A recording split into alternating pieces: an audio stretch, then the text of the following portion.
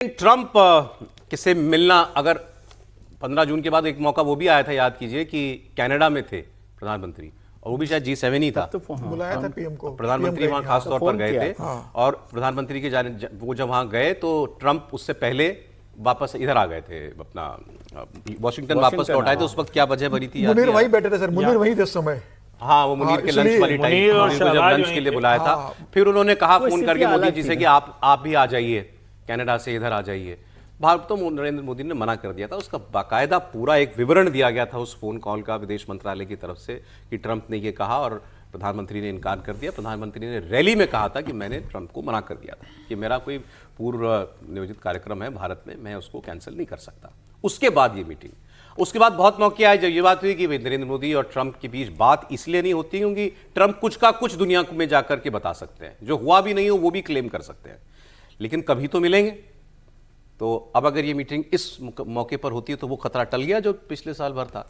पिछले साल वाला जो उस मीटिंग में नहीं गए थे प्रधानमंत्री, या नहीं मुलाकात हुई थी, वो एक वजह तो वो भी थी उस वक्त कि वो आसिम मुनीर, ट्रेड डील का चल रहा था, ट्रेड डील भी चल रहा था, लेकिन आसिम मुनीर और वो सब थे, और वो उस सिचुएशन से अवॉइड करना चाहते थे प्रधानमंत्री की ये घटना हो। और उसको मुझे याद करते हुए याद आता है कि जब कारगिल वॉर चल रही थी जी, तो वहाँ अमेरिकी प्रेसिडेंट ने वाजपेयी जी को फ़ोन करके कहा था, जब 4 जुलाई को क्या नाम उनका, नवाज शरीफ साहब वहाँ थे, और उनका था कि आप यहाँ भी आ जाइए, तो उस दिन भी मना किया था। तो दोनों का एक पाकिस्तान कनेक्शन भी है। और इस समय तो प्रधानमंत्री नहीं चाहते थे कि आसिम मुनीर और शहबाज के साथ हो, और ट्रेड डील उस समय थी। अभी जो पिछले 4 दिन में 5 दिन में काम हुआ है, ट्रेड डील पर कुछ डेवलपमेंट हुआ है, और फिर से ट्रंप साहब को याद आया कि नरेंद्र मोदी जी उनके अच्छे मित्र हैं, कि उन्होंने बताया याद करके। अब तो बार बार बता रहे हैं, तो एक संभावना बनती है। और वो कितने समय तक आप उसको टाल सकते हो, नहीं टाल सकते हो, लेकिन ये मुलाकात तभी होगी कि जब भारत सरकार को इस बात का कोई भरोसा हो कि कोई कॉन्क्रीट कदम उठाया जा रहा है, कुछ डिलीवर होगा। कुछ डिलीवर। त्रिपाठी जी, मुलाकात हो सकती है, तो अगर हो तो फिर क्या बात हो? देखिए, मुझे लगता है कि मतलब मैं इसको जैसे देख रहा हूँ और उसके लक्षण भी वही हैं। अगर ये मुलाकात होने की ओर जा रही तो इसका मतलब कि हम ट्रेड डील पर फाइनल पहुंच गए हैं। अच्छा, इसको और कुछ इसमें देखने की आवश्यकता नहीं है। और इसका मतलब ये भी हुआ कि जितनी भी चीजें थी, जो कुछ अभी तक चल रहा था, बीच बीच में तो फिर आ गया था ना कि कौन कौन सी वो लगा रहे हैं टैरिफ, उनका जो कुछ भी चल रहा था लगभग वो सॉर्ट आउट हो गया है। और अब दोनों राष्ट्राध्यक्ष अगर मिलेंगे तो डील फाइनल होगी, उसका ऐलान होगा कि ये फाइनल हो गया है। और फिर वहां के मंत्री के साथ बैठकर, पीयूष गोयल जी बैठकर, वो उसकी जो जिसको कहते हैं ना कि क्या क्या चीजें हैं वो उसको जारी कर देंगे। तो आपको MOU साइन होता हुआ आप कह रहे हैं मीटिंग होगी, मीटिंग तभी होगी जब डील फाइनल हो जाएगी। मीटिंग तभी होगी जब डील फाइनल। मैं पीयूष गोयल जी का बयान भी कुछ देर पहले देख रहा था कि 12% पे कुछ बात हो रही है कि 12% पे ये डील जो है लगभग फाइनल हो सकती है। तो मुझे लगता है कि आगे बढ़ा होगा मामला, तभी ये बातें आ रही हैं कि वहाँ पे G7 की समिट में जो है दोनों की मुलाकात हो। हमारे लिए एक और अच्छी खबर है, वहाँ सुप्रीम कोर्ट ने वो जो $1 लाख का टैरिफ लगा दिया था, फीस H1B वीजा पे, उसको भी खत्म कर दिया है। देखिए, अगर प्रधानमंत्री मोदी G20 जा रहे हैं फ्रांस में तो मुलाकात तो होगी, क्योंकि वहां पर भी ट्रंप सा होगा। निश्चित ऐसा हो नहीं सकता कि प्रधानमंत्री वहां पर जाए, ट्रंप भी वहां पर आए, ट्रंप मिलने क्या बोले और प्रधानमंत्री ना मिले वहां जाकर, संभव नहीं है। अगर प्रधानमंत्री को नहीं मिलना होता तो प्रधानमंत्री G20 जाते ही नहीं, अवॉइड कर जाते, किसी और को भेज देते कि वहां ट्रंप से मिलना पड़ेगा। इसका मतलब ये है कि G7 में, तो इसका मतलब ये है कि प्रधानमंत्री कहता है कि उनसे मुलाकात होगी। और वहां पर मुझे लगता है कि इसकी विस्तृत चर्चा भी, मतलब दोनों देशों के विदेश मंत्री में या पीछे टीम ने बात कर ली, किन मुद्दों पर चर्चा होने वाली होगी। और जो कुछ मामला रुका होगा उसमें मुझे लगता है वहां पर प्रधानमंत्री मोदी और ट्रंप मिलकर G7 में जब मिलेंगे तो उसमें बात करके फाइनल कर लेंगे।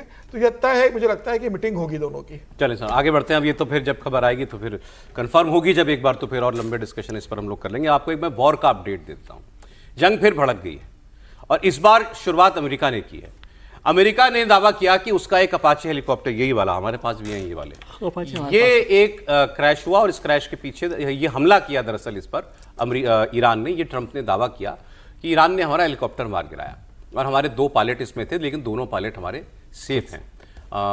ये उन्होंने जब ऐलान किया तो ऐलान करते हुए उन्होंने बड़े नाटकीय अंदाज में जो है पोस्ट करते हुए लिखा कि I have been informed by my great military कि हमारा ऐसे एक हेलीकॉप्टर गिर गया है। और अब जो है ये nevertheless the United States must of necessity respond to this attack. अभी हमारी मजबूरी है कि हम इसका जवाब दें, ये बात उन्होंने कही। अब वो कैसे मिक्स सिग्नल्स भेजते हैं और इस आदमी के दिमाग को पढ़ना क्यों इतना मुश्किल काम है, ये कहा और इसके तुरंत बाद उन्होंने, कौन सा मीडिया हाउस है सर उनका, वॉल स्ट्रीट जर्नल, उसको इंटरव्यू देते हुए कहा कि it is not a big deal, pilot तो सेफ है ना हमारे, कोई बड़ी बात नहीं है। तो दोनों चीजें, और दम में मिसाइल मार दी। ठीक, ये दोनों बातें कहने के बाद, नो बिग डील के बाद कर दिया, हमला कर दिया। अब ट्रंप जो है वो कह रहे हैं कि ईरान ने हेलीकॉप्टर गिराया, ईरान इससे मना कर रहा है। अमेरिका ने इस बीच हॉर्मुज के पास ईरान के कई शहरों पर हमले किए, जिसके जवाब में फिर ईरान ने पलटवार किया। ईरान ने बहरीन, कुवैत और जॉर्डन में अमेरिका के सैन्य अड्डों पर मिसाइल से हमला किया। ये तो हुई ताज़ा बारूदी जंग की बात। अब ट्रंप की बातों से लगता है कि वो डील तो किसी भी हाल में करना चाहते हैं। खबर ये भी आ रही है कि ईरान की जो फ्रोजन एसेट्स हैं, कई बिलियन डॉलर के, जो रोक के रखे हुए हैं, फ्रीज किए हुए हैं, उनको रिलीज करने की बात हो रही थी। अब कल ये खबर आई कि $3 बिलियन यूएई के जरिए ईरान को ट्रांसफर करे गए हैं। किस लिए किए गए? कि ईरान इजराइल पे हमला ना करे, क्योंकि परसों तरसों इजराइल और ईरान उलझे हुए थे। तो उस ईरान से पीछा छुड़ाने के लिए कि इजराइल को न मारे, उसमें $3 बिलियन ट्रंप ने उनको दिलवाए, ऐसा कहा जा रहा है। और ये बात कतर ने करवाई।